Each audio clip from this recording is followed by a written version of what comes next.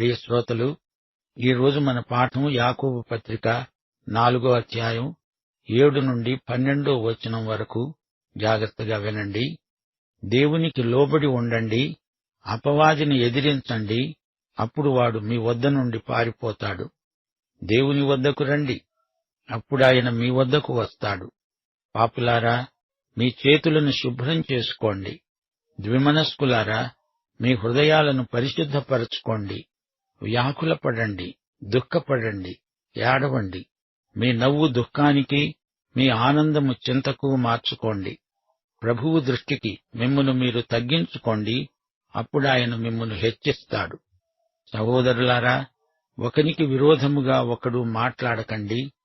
తన సహోదరునికి విరోధముగా మాట్లాడి తన సహోదరునికి తీర్పు తీర్చేవాడు ధర్మశాస్త్రానికి వ్యతిరేకంగా మాట్లాడి ధర్మశాస్త్రానికి తీర్పు తీరుస్తున్నాడు. నీవు ధర్మశాస్త్రానికి తీర్పు తీర్చిన ఎడల ధర్మశాస్త్రమును నెరవేర్చేవాడవు కాక న్యాయము విధించేవాడివయ్యావు. ఒక్కడే ధర్మశాస్త్రమును నియమించి న్యాయము విధించేవాడు. ఆయనే రక్షించడానికి, నశింపచేయడానికి శక్తిమంతుడై ఉన్నాడు. నరునికి తీర్పు తీర్చడానికి నీవెవడివి? సుఖభోగాసక్తులైన క్రైస్తవులకు ఈ వాక్య భాగంలో గొప్ప సవాలు ఉంది. యుద్ధాలు, పోరాటాలు వారి మనస్సుల్లోనే ఉన్నాయి. మీరు దేవునికి లోబడండి. దేవుని చిత్తాన్ని మీరు పూర్తిగా శిరసావహించాలి. దేవుడు అహంకారులను ఎదిరిస్తాడు, దీనులకు తన కృపను అనుగ్రహిస్తాడు. దేవునికి లోబడి ఉండడము దేవునికి, ఆయన కృపకు మనము చూపే ప్రతిస్పందన.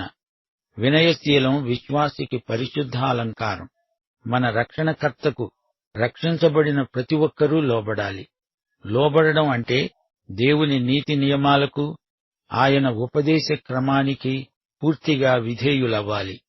స్వనీతిని విసర్జించాలి. దేవుని విమోచనాత్మక కృపకు తమను తాము అప్పగించుకోవాలి. యేసు రక్త ప్రభావానికి లోబడాలి. పరిశుద్ధాత్మ నడుపుదలకు పూర్తిగా లొంగిపోవాలి, అంకితమైపోవాలి. దేవుని ఆజ్ఞలను తూచా తప్పకుండా పాటించాలి. సువార్తకు పూర్తిగా లోబడిన వారే దేవుని బిడ్డలు. దేవుని నీతిని అనుసరించి జీవించాలి. దేవుని పరిపాలనకు తలవొగ్గాలి. ఆయన మాటలకు చెవియొగ్గాలి. యేసే నీ హృదయంలో ఉండి నిన్ను ఏలాలి. నీ మనస్సును, నీ శరీరాన్ని ఆయనకు వశపరచాలి. మన తెలివి, మన చైతన్య స్ఫూర్తి, మన చిత్తం, మన క్రియలు, అలవాట్లు ఆయనే శాసించాలి. పాపాలను పూర్తిగా విడిచిపెట్టాలి. పరిశుద్ధ జీవితం కోసం కోరిక గలవారమై అదే దిశలో కృషి చేయాలి. పురోభివృద్ధి చెందాలి. మన జీవితములోని ప్రతి సంభవానికి ఆయనే దేవుడు అని గుర్తించాలి. ఆయన నిన్ను నన్ను ఉంచిన స్థలంలోనే మనముండాలి. ఆయన అనుమతిని బట్టి మనకు తటస్థించిన కష్టనష్టాలేవైనా సహించాలి. సనగకూడదు. దేవుడు మన సార్వభౌముడు. ఆయన ప్రేమను మనం శంకించకూడదు. ఆయన న్యాయాన్ని అపార్థం చేసుకోకూడదు.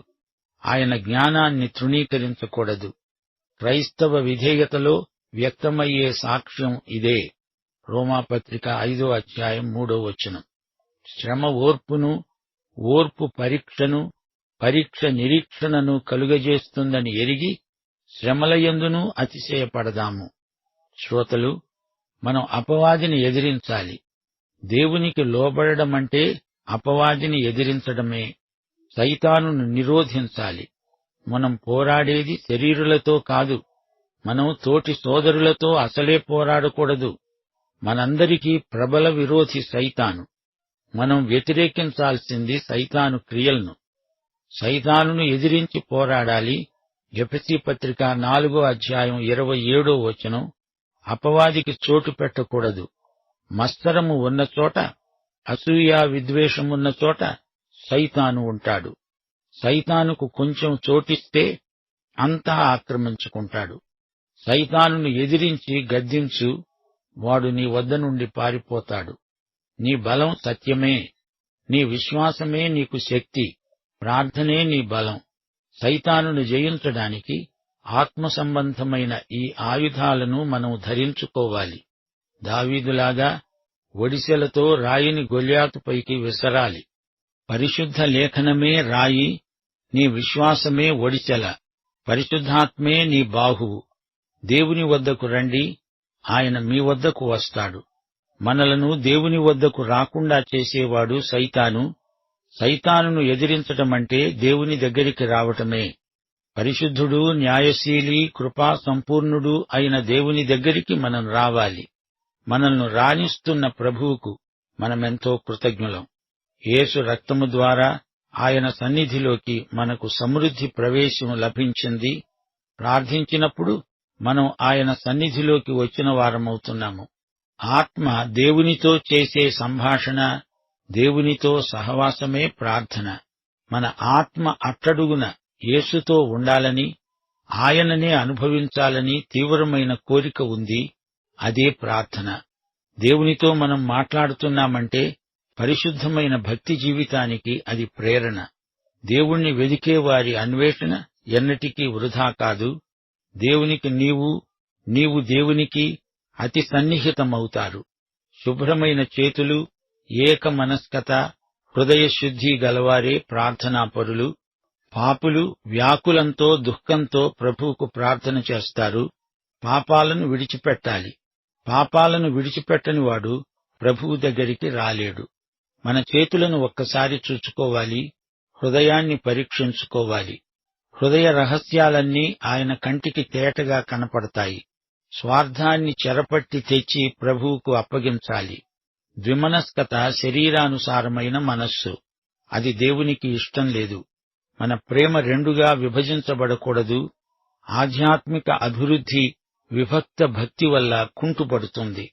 పశ్చాత్తాపం వ్యక్తం కావాలి. ప్రభూ, పాపినైన నన్ను క్షమించు అనే ఆక్రందన నీ గుండె లోతుల్లో నుంచి రావాలి.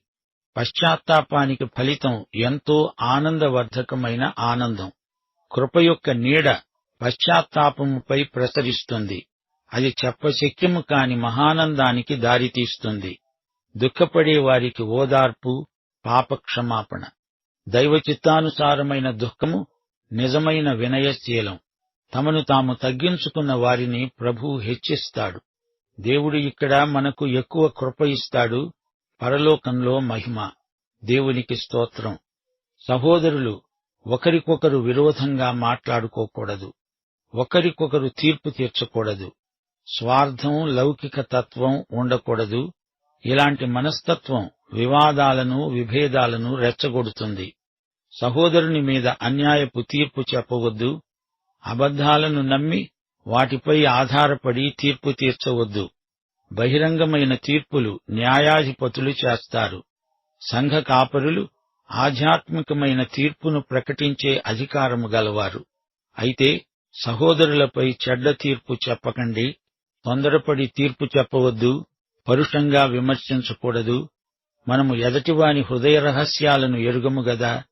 ఇతరుల ప్రవర్తనను, శీలమును విమర్శించేటప్పుడు మనం జాగ్రత్తను పాటించాలి.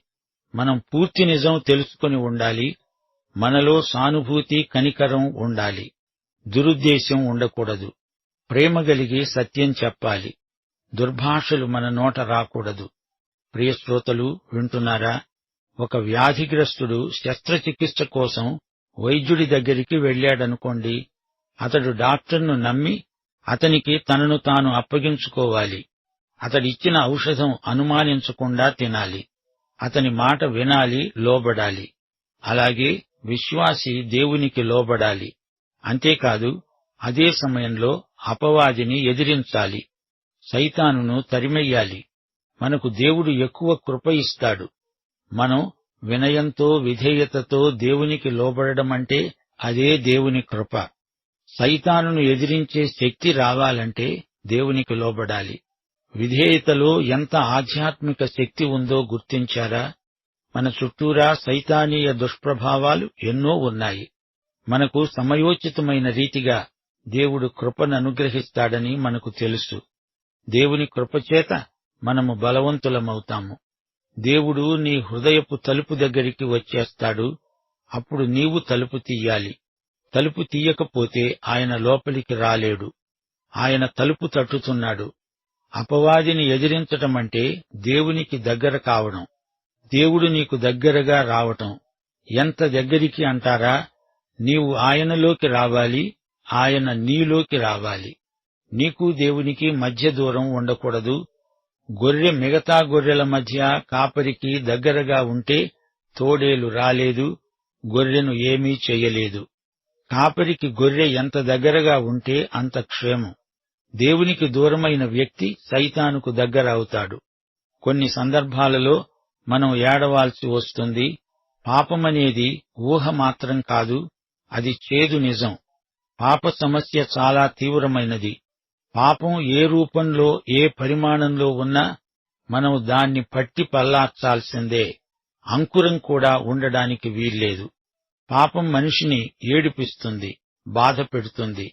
దాన్ని వదిలించుకునే వరకు మనిషికి సంతోషం ఉండదు. పాప విమోచన బోధకులకు ముఖ్యాంశం. పాపం చేసినవాడు బాధపడాలి, పాపాన్ని అసహ్యించుకోవాలి. ప్రభు ఎదుట తమను తాము హెచ్చించుకునే వారిని దేవుడు తగ్గిస్తాడు, తగ్గించుకునే వారిని ప్రభు హెచ్చిస్తాడు. దేవుడే మనల్ని పైకి లేవనెత్తాలి, మనంతట మనం లేవలేము. నీ సహోదరుణ్ణి గురించి దుర్విమర్శలు చేయవద్దు. ఇతరులకు తీర్పు తీర్చడానికి నీవేమన్నా ధర్మశాస్త్రానివా? నీవు దేవుని స్థానంలో కూర్చొని తీర్పు చెబుతాను అంటావా? అది గొప్ప తప్పు. ఒక పాపి నాకు రక్షణ అక్కర్లేదని చెప్పి నశిస్తాడు. రక్షించబడిన వ్యక్తి తానే దేవుడైనట్లు ఇతరులకు తీర్పు తీర్చి తిరిగి పాపం చేసిన వాడవుతున్నాడు. నీ రక్షకుడు ప్రభువు యేసుక్రీస్తు అని ఎన్నటికీ మరచిపోకూడదు. అలాంటివారు తమకు తామే తీర్పు తీర్చుకోవడం మంచిది. యాకోబు తన పత్రికలో స్పష్టంగా బోధిస్తున్నాడు, తీర్పు తీర్చడం యేసుక్రీస్తు పని. యోహాను సువార్త 5వ అధ్యాయం 22వ వచనంలో, తండ్రి ఎవనికీ తీర్పు తీర్చడు గాని తండ్రిని ఘనపరచునట్లుగా అందరూ కుమారుణ్ణి ఘనపరచాలని తీర్పు తీర్చడానికి సర్వాధికారము కుమారునికి అప్పగించి ఉన్నాడు. కుమారుణ్ణి ఘనపరచనివాడు ఆయనను పంపిన తండ్రిని ఘనపరచడు. ఎవరైనా సరే యేసుక్రీస్తు స్థానంలో కూర్చొని తీర్పు చెప్పడం అపచారం. మనకు మనమే తీర్పు తీర్చుకొని వినయులమై ప్రభువు కృపాసనమును చేరడం శ్రేయస్కరం. సహోదరుణ్ణి సహోదరుడే ఈ విధంగా తీవ్ర విమర్శలకు గురిచేయడం ఆధ్యాత్మిక నేరం, అతిక్రమం. నైతిక నియమాన్ని మీరవద్దు. స్వాతంత్ర్యమిచ్చే ఆత్మ నియమాన్ని ఉల్లంఘించవద్దు. మత్తయి సువార్త 7వ అధ్యాయం 1వ వచనం, మీరు తీర్పు తీర్చకండి, అప్పుడు మిమ్ములను గూర్చి తీర్పు తీర్చబడదు. మీరు తీర్చే తీర్పు చొప్పుననే మిమ్మును గూర్చి తీర్పు తీర్చబడుతుంది. మీరు కొలిచే కొలత చొప్పుననే మీకు కొలువబడుతుంది. యేసు ప్రభువు మనకిచ్చిన కొత్త ఆజ్ఞ, నేను మిమ్ములను ప్రేమించినట్లు మీరు ఒకరిని ఒకరు ప్రేమించండి. దేవుని ఆజ్ఞను ధిక్కరించడం నేరం. దేవుని అధికారాన్ని దేవుని బిడ్డలు శిరసావహించాలి కదా. ఇతరులకు తీర్పు తీర్చే వారిలో వినయం ఉండదు. గర్వం అలాంటి వారిలో గూడు కట్టుకొని ఉంటుంది. గర్వం భక్తిహీనతకు చిహ్నం. ధర్మశాస్త్రాన్ని రాసి మనకిచ్చినవాడు దేవుడు. ఆయనకు మాత్రమే తీర్పు తీర్చే అధికారముంది. దేవుని తీర్పు ఎల్లప్పుడూ న్యాయసమ్మతమైనదే. ఆయన మాత్రమే తానిచ్చిన తీర్పును అమలుపరచగలవాడు. అయినా దేవుని ప్రేమ ఆయన తీర్పులో కనపడుతుంది. ఆయన ప్రజలను రక్షిస్తాడు కాని నాశనం చేయడు. నీ పొరుగువానికి తీర్పు తీర్చడానికి నీవెవరివి? మానవుని తెలివెంత? అతని జ్ఞానం ఏపాటిది? అతని పరిశుద్ధత ఎలాంటిది? యేసు ప్రభువును బట్టే, ఆయన రక్త ప్రోక్షణను బట్టే మన అంతరంగం శుద్ధి అయింది. కీర్తనలు 15 వచనం 4. దేవుని గుడారములో నీవు నేను అతిథులం. ఆయన పరిశుద్ధ పర్వతం మీద నివాసమున్నాము. పొరుగువాని మీద నిందలు మోపము, కొండెములాడము, సహోదరులకు కీడు తలపెట్టము. యెహోవాయందు భయభక్తులు గలవారిని సన్మానిస్తాము, మాట తప్పము. యేసే నీతిగల న్యాయాధిపతి. ఆయనదే చిట్టచివరి తీర్పు. దేవుని పట్ల భయభక్తులు గలిగి మన రక్షణను కొనసాగించుకోవాలి. గర్వం, లౌకిక తత్వం విశ్వాసులకు తగదు. ఇతరులను గురించి చెడ్డమాటలు మాట్లాడడం వారిని గురించిన తీర్పు అవుతుంది. మనందరికీ తీర్పరి దేవుడు. మనకు అవతలి వ్యక్తి క్రియలే కనపడతాయి. వారి హృదయ రహస్యాలు, వారి ఉద్దేశ్యాలు తెలియవు. ఇతరులను విమర్శ చేయడంలో మనలోని విద్వేషం వ్యక్తమవుతుంది. ప్రేమ లేకపోవడం వల్ల దేవుని నామము మన వల్ల అన్యుల మధ్య దూషించబడుతుంది. ప్రేమించు అని చెప్పే ధర్మశాస్త్రాన్నే ధిక్కరించినట్లవుతుంది. ప్రేమించు అనే ఆజ్ఞ యేసు ప్రభువు ఇచ్చిన కొత్త ఆజ్ఞ. దేవుణ్ణి ప్రేమించేవారు దేవుడు ప్రేమించే వారిని అందరినీ ప్రేమించాలి గదా. క్రీస్తునందున్నవారు దేవుని బిడ్డలు. వీరికి నూతన స్వభావరీత్యా ప్రేమ అనే లక్షణం సంక్రమించింది. దేవుని కుటుంబం ప్రేమ కుటుంబం. ఇది ప్రేమ సమాజం. శ్రోతలు, మరిచిపోకండి, తీర్పు తీర్చే అధికారం ప్రభువుకే ఉంది. ఆయనే ప్రేమ.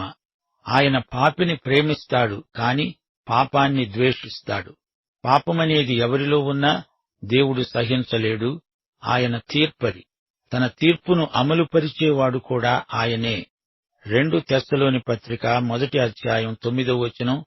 ఆ దినమున తన పరిశుద్ధుల యందు మహిమపరచబడడానికి, విశ్వసించిన వారందరి యందు ప్రశంసించబడడానికి ప్రభువు వచ్చినప్పుడు సువార్తకు లోబడని వారు ఆయన సముఖము నుండి, ఆయన ప్రభావమందలి మహిమ నుండి పారద్రోలబడి నిత్య నాశనమనే దండన పొందుతారు.